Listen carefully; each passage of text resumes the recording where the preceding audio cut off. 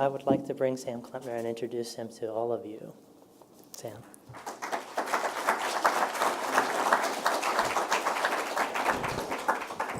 I really don't know anything about melanoma. All right, so I've been asked to talk about pathology and how it's changed and how we start to use some of the technologies that we have access to, both in a research and currently available setting. So why should you care about your pathology report? Why do we look at the DNA? And what is DNA sequencing? I think some of this has been said, but I'm actually going to take a step back. It's going to be kind of a high-level talk, which I think is applicable to all tumor types. And I spend a lot of my time doing GI cancers. And when you're with your doctors, what kinds of questions can you ask to get at some of these things, making sure that you are potentially getting access to all of these approaches. So I don't know if you remember that Super Bowl ad. It was like a Coke Zero ad or something where the guy gets a job and he's sitting there with his interview and he's like, you got the job, and he's like, and then he's like, and you got a raise, and he's like, and you get the corner office, and you just keep getting stuff if you keep asking. And so this is a pathology report, and Cedars is a good pathology department. I just took this example as a very simplistic one. So at the most basic level, looking under the microscope tells you what tumor type it is. And how do the pathologists do that? Very crudely, it's, of course, where the biopsy was taken from, what's the clinical pattern, but what does it look like under the microscope? What normal tissue does it most closely resemble? So yes, you have melanoma. You do a little more testing. Yep, looks like melanoma. Okay, and what? So you have to take a step back to understand where you get to the ands. And DNA is actually pretty amazing. Imagine if someone told you to write your name as fast as you could 100 times. By like time number 5, you'd be all sloppy, all messy. DNA does that all the time, except it has to copy itself perfectly to divide a cell and prevent errors. And so there's an incredible machinery to sense mistakes, correct mistakes, and then go back until you have 2 copies of a normal cell. So essentially DNA is like code. Computers use zeros and ones. DNA uses A's and C's and T's and G's. And these codes are in segments, and a segment of code is a gene, and a gene codes for a protein. And proteins are like the effector pieces of the cell. They're switches, like Dr. Tarini said. They can be on, they can be off, they can be on too much, they can be off when they're not supposed to be off. And when you line up the switches in a row, like a circuit, like a wiring diagram, you get a pathway. So there's the RAS-RAF, which is where BRAF exists, and MEK and ERK pathway. That's called the MAP kinase pathway. Then there's PI3 kinase pathways. And these are sort of organized circuits within the cell, which exist in normal cells, but they can be activated or inactivated inappropriately in a tumor cell. So I kind of think about this like autocorrect on a texting. So you get your altered genes. This can be from an environmental exposure. You have an increased risk of error from, say, UV light or radiation. And then several things have to line up for that to actually cause a cancer. So not only does the error have to happen, the DNA has to miss it. So when they copy it, they don't sense it as an error and they don't correct it. And on top of that, the error has to happen in a part of the protein that actually matters. So part of the switch to turn it on or off. So it has to be functional, and then it has to be involved in a process that can potentially drive tumor growth. So this is a perfect example. So mainly autocorrect, which is like the DNA editing machinery. Mainly it doesn't change the meaning of the message. But if you change one little error, you can change the whole meaning of the message. So it'll hit you in a second. So there's basically 4 big types of changes that can happen. And not to use another car analogy, but these are all the same thing. You can have an electric engine, you can have a diesel engine, you can have a 6-liter, you can have a 2-stroke engine and a chainsaw. But they all get to the same process. They turn a flywheel and a drive shaft and they do something. So this is essentially how it works for cancer on a very broad scale. So you can have small changes, so simple changes in the code of the protein turn on the switch if it's in a very sensitive area of the protein. You can have a piece of the DNA that's either in the wrong spot or it's removed and that turns on the function or turns off inappropriately a function. You can have too many copies of a normal gene. So the signal is just too much, and that's a pathologic problem. Or probably the most potent way to drive cancer growth is when you juxtapose two pieces of two different genes to create a very strong driver, a fusion protein or a rearrangement. And this has important implications because all of these, or various forms of these, may exist in any given tumor, so the ability to detect them and sense them is actually important to get a full picture of what's going on in your cancer. And so how are these methods detected? So traditionally, immunohistochemistry, this is staining proteins on this, generally on the surface or on the inside of the cell. The pathologists do this with your slides. FISH, which is basically using probes that bind to regions of DNA, and you can look for too many copies or pieces of DNA that are separated when they're not supposed to be separated, so you can look for rearrangements and amplifications. And then hotspot panels, where you say, most likely these changes, like most of the BRAF changes, happen at codon 600, but there are other ones. So if you only look at codon 600, you're only going to find the ones that are there. You're not going to find the ones that exist in other places. So this was the old way of assessing these things, and it's relevant to the surgical talks and the biopsies that we've heard about, because in order to do this testing, generally you need tissue. Now we have access to blood, and you can get a lot of this information from the blood, and we certainly expect that to be an emerging advance that will be used more and more. But you need tissue for all of these things. So if you want to look at this little area of DNA, you need DNA. So you grind up a piece of your tumor, and you look at this. If it's not there, it's not there. But let's say you also need to look at this because you have a drug that hits that, or that has important implications in access to a therapy. Grind up another piece of your tumor, look at it this way. And what if, oh no, there's a trial that comes along and says it's for amplified patients. But if you have no residual tumor left over from your biopsy, then you can't actually do this technique or this technique because there's just no material left over. So this was a known problem for several years, and then this was able to be overcome by what has been called comprehensive genomic profiling, massive parallel sequencing, next generation sequencing, whatever catchword you want to use. The approach is basically to kind of like a spotlight and a flashlight. So with the flashlight, you're only looking, you shine the flashlight, it's pretty targeted, you light up a specific corner. So you light up this corner, if there's something there, or if the flashlight doesn't hit it, you'll see it. So in this case, there's a specific mutation, say BRAF V600E. You look at the flashlight in that part of the DNA, you'll find it. It's a pretty good test. But if it's not there, and your flashlight doesn't hit these other things, you're not going to see them just because you can't look. You're not illuminating that part of the DNA. So this sequencing approach essentially takes all the coding regions of a certain number of genes, say 300, 500, cancer-related genes. So that kind of covers the bases of what we think is both actionable and may have some prognostic or predictive implications. And if you cover all of those, you actually have the ability to detect all of these different types of changes in the DNA. And we believe that's important because as the other speakers work on melanoma and develop new technologies, you need to know about all those markers to say, are you appropriate for this therapy or that therapy or another therapy? So we used to think of cancers, and we still do to some degree, and pathologists deserve a lot of credit for advancing the field of cancer biology and tumors in general. We used to think of it, you get a biopsy, the pathologist looks at it under the microscope, they say how closely does it resemble a given tissue, and then it's treated as such. And that's not incorrect, it's just maybe incomplete. So kidney cancers look kind of like kidney tissue. That helps them sense the tissue of origin, etc. The most important one, the stomach cancer, looks like stomach.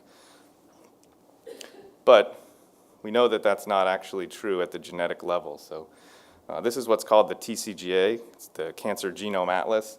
It's basically a whole bunch of institutions submit samples, and they're sequenced, and they have all of information, and they're analyzed at a greater depth than we currently do clinically. And then it's all dumped into a central repository. And then people can search, investigators can search that repository and sort of do in silico thought experiments in your head. And I'm guilty of doing this like most nights at the end of the day. My wife is like, are you on that TCGA again? I'm like, yeah, I'm playing around on the TCGA again. So essentially what you do is, I just looked like 2 nights ago when I was making these slides at the melanoma data, which is not one that I spend a lot of time looking at. So up top you have the study of origin. So these are desmoplastic melanomas, provisional TCGA, so this is always an ongoing effort. Cutaneous melanoma that was previously published, and uveal melanoma. So you can tell which study the sample came from. And then you look at the total number of mutations. So each vertical bar here is an individual patient. And in that patient, so this patient has a lot of mutations, so a high mutational burden. And this same patient, this patient over here, has a very low mutational burden. Why is that important? It's interesting because both of these people have a BRAF mutation. So what you're saying is, you've seen some of the great data here that says, look, the response rates are great, but if everyone has the same activating mutation, how come the response rate's not 100%? I think that's an equally important question, and it probably has to do with the coexisting, the environment that BRAF mutation exists in. And that can be applied to EGFR for lung or HER2 for gastric cancer. And then we see patterns. We start to see interesting patterns. So like Dr. Essner alluded to, in general, NRAS and BRAF don't exist together. So, these are all individual patients, and so are these. There's very little overlap. But there is some overlap, and so that's an interesting occurrence. Same thing, and you can do this for basically every gene. So you got about 24,000 genes, and you can really start to see patterns. And when you link that to the clinical data, so for the TCGA, one of the things that they continue to improve upon is what's called the clinical annotation, and this is how did that actually person do? Because knowing that they had a BRAF mutation and a low mutation burden, that's interesting, but it would be really nice to know if maybe that person didn't respond to immunotherapy at all. And so you can start to subset people into little groups, and you will identify prognostic markers and predictive. And like Dr. Tarini said, prognostic and predictive is actually a very important concept, and I think it's not always well understood, but predictive are things about your tumor that predict you're more likely to respond to a given therapy. So a BRAF mutation or an EGFR mutation predicts response to a drug that hits that target. Prognostic are also things about you or your tumor that you can't change that impact how well you're going to do in the long run. So if your tumor has a KRAS mutation, no matter what therapy you get, you may be less likely to do well than someone who does have a KRAS mutation. That's helpful when you're talking to a patient and you can say, look, you have some of these high risk, these poor prognostic factors, or you have some of these predictive factors. You're more likely to respond to this therapy. So what do we do with all this data? This is what we spent our time playing around with, and I said you can kind of do thought experiments. You can take these list of genes, say the more common ones, and you can say, do they exist together? No. Very rarely do they exist together. And then you can say, how do these people do? And because there's data in all of these things, you can say, look, these people are doing well, these people are not doing well. There's all kinds of levels and metrics that you can look at. And all I'm really showing here is just that you can get a lot of information when we fully analyze the tumor and we have the clinical data. And of course, there's been a lot of talk about immunotherapy. Melanoma has led the field. I will admit to that. And one of the things that's fallen out of this is when you look at people who respond to immunotherapy versus those that don't, what is it about those people or those tumors? And one of the things is that they have more mutations, they're more abnormal looking to the immune system, so you're more likely to elicit a response if you tweak the right pieces of the immune system. And so we call that mutation burden. The more number of mutations, the more abnormal the tumor is likely to look.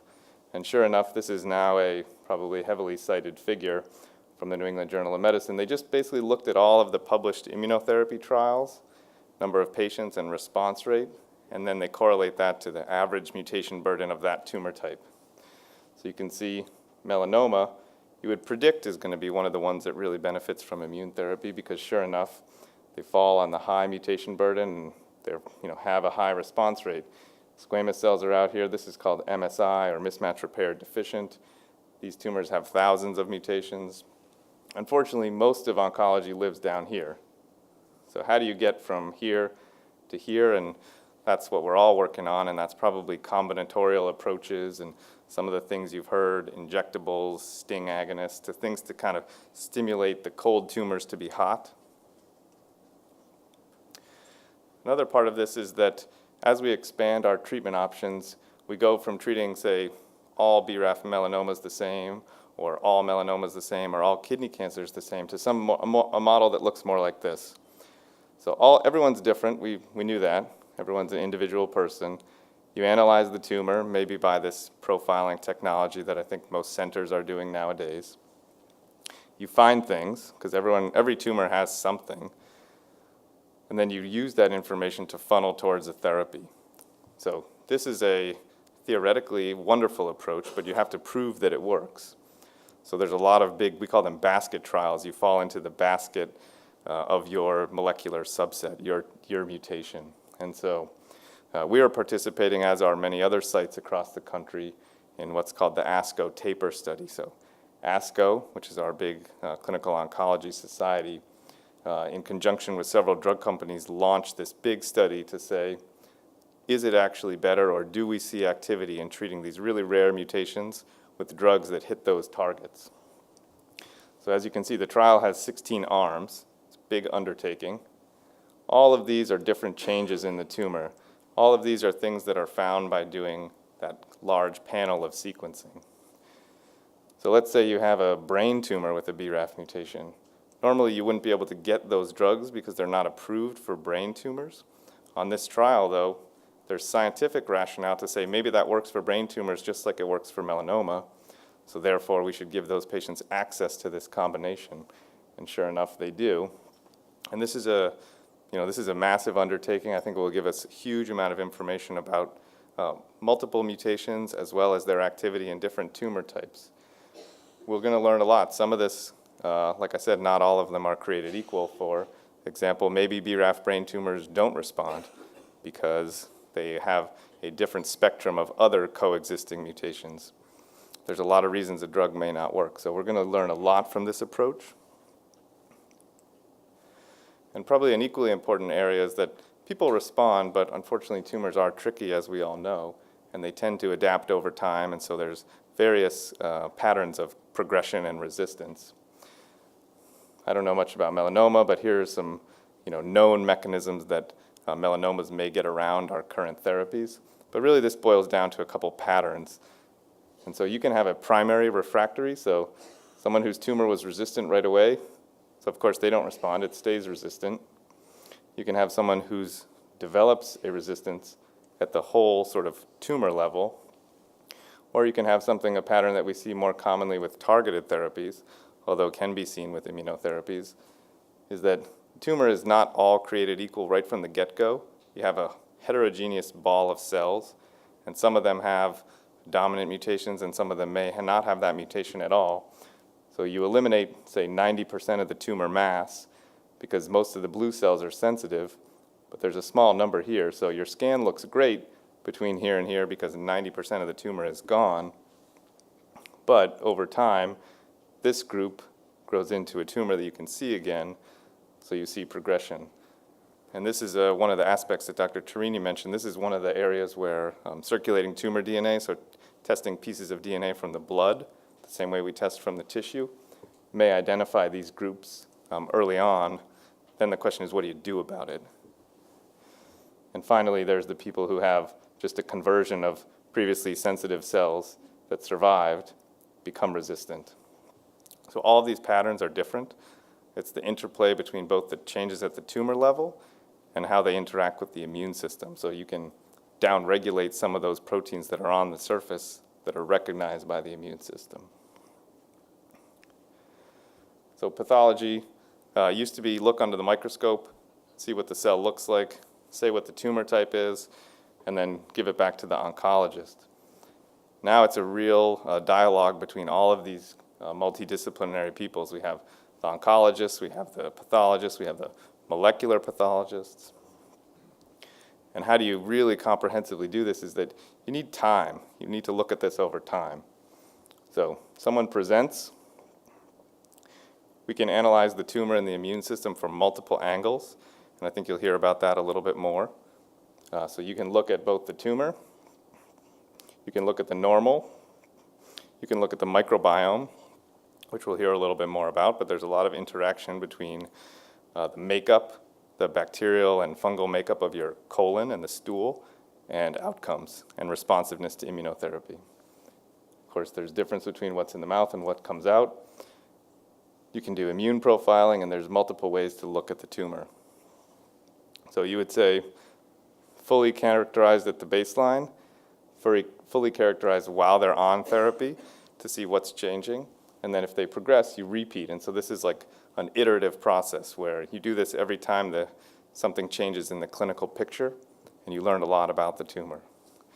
So my advice is be involved in your own pathology. And that transitions to my final slide, which is, how do you stay involved in this as a patient? So ask your doctor, can we take a look at the pathology report? Is there other testing beyond what's already been done? Does that actually open up new doors? So if you failed all the melanoma therapies, but you reanalyze your tumor and now you have a EGFR mutation that's seen in lung cancer, hey, maybe you'd be a candidate for the ASCO taper study. If you're out of standard options, that's reasonable. Clinical trials are the way that we learn. And then if thing changes about you or your tumor, should we repeat that analysis? So you really got to keep asking questions. I think that's the only way that we all learn together. So in summary, just be your own advocate. If you're here, that's probably you're already well on the way. But never stop asking questions. Just keep asking and that's all that I got.